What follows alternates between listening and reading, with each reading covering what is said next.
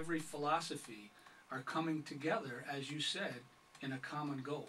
And that is to make progress in the town of Plainfield. I see the same thing in my campaign, where people are crossing party lines. They're crossing gender barriers. They're crossing lines that heretofore didn't seem reachable.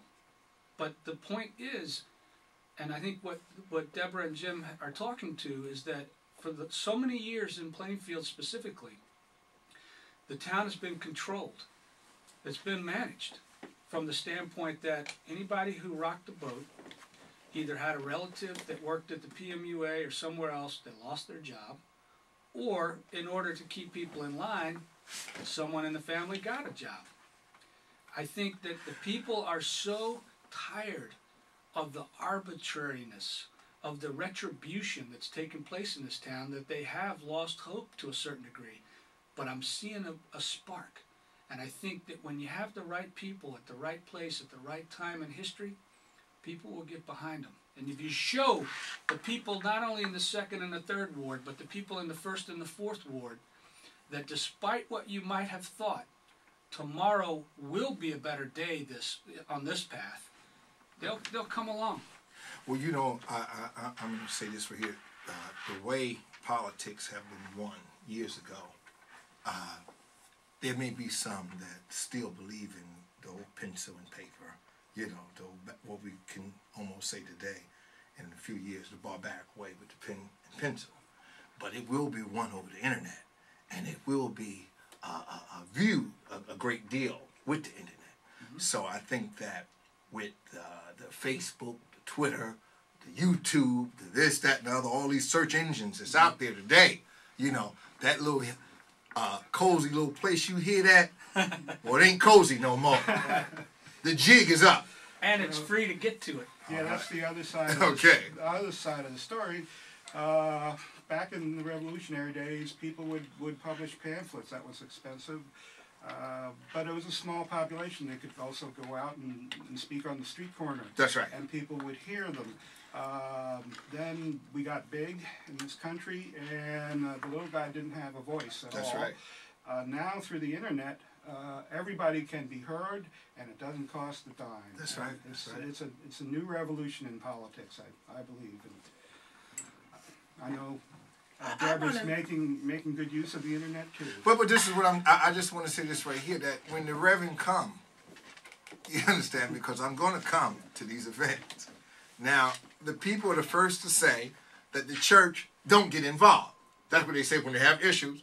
But when the church is there, like I came to that forum at the library in Plainfield, they kicked the church out.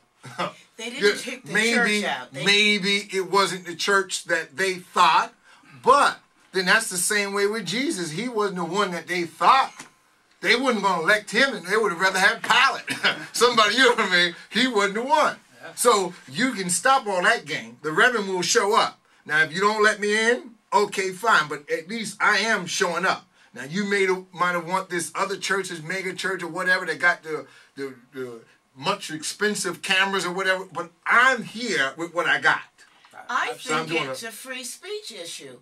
I wish that we had another, maybe a private citizen with a video camera and even a just audio recorder who had tried to openly record the event.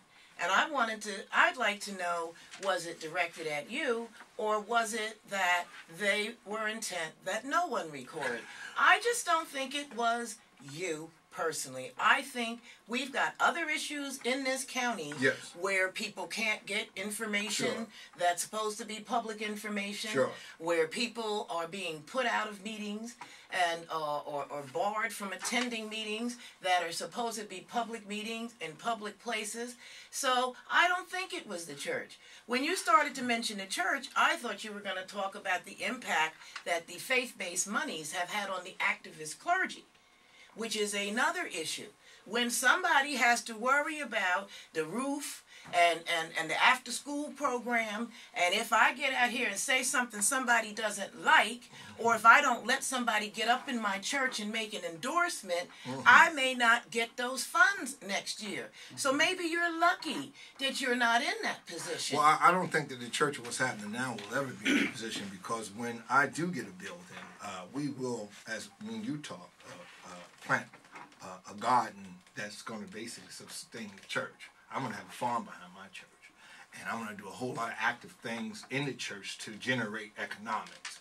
So the idea is that I don't think I'm ever going to be in that thing. One thing I learned about the journey of America that I love is the independence, and I know when my rights are violated. You understand my point? So I can tell you this.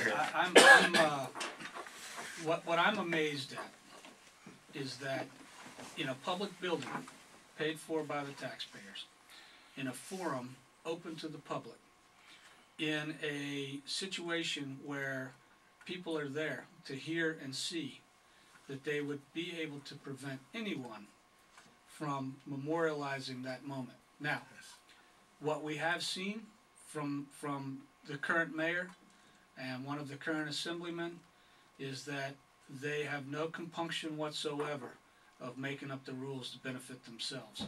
And I think that the event that took place at the Democratic City Committee reorg, where an elderly person was knocked to the ground, and where Jim was escorted out of the Senior Citizens Center as a card-carrying, paying member of the center, asking a question in a question and answer session, and in your situation where you were prevented from videotaping in a public building paid for by your taxes, our tax, everybody, to me, they're making up the rules. And that's why Plainfield has a problem, because the outside world sees it as a banana republic where one or two people make up the laws, make up the rules, enforce things. Are you familiar with what's going on right now at City Hall? No.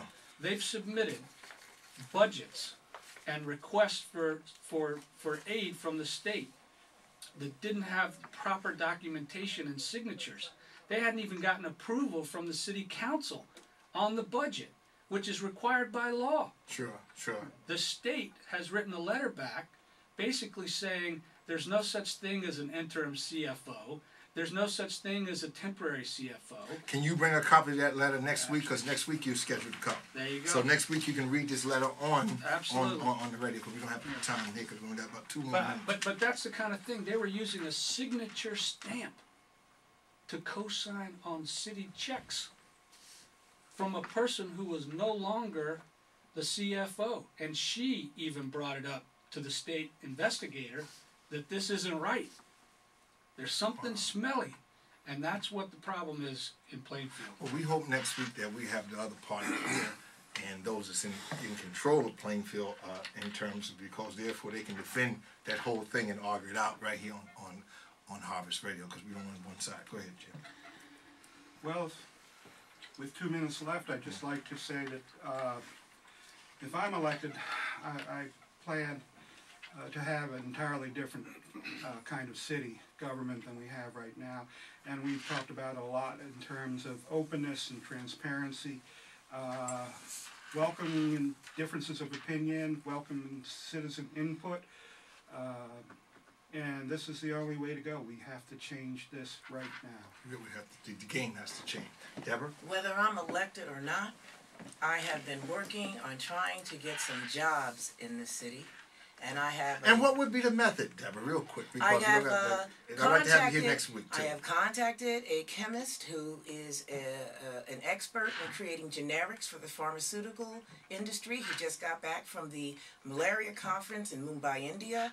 He has possession of 2 patents that the FDA has approved for production in the United States. Can you bring him here next week? I will ask Dr. Pandey if he can come and lay out how he has a sickle cell drug that the Nigerian native doctors have developed, and that he is looking for a place to manufacture and test that drug in the United States. I have been working with him for a year.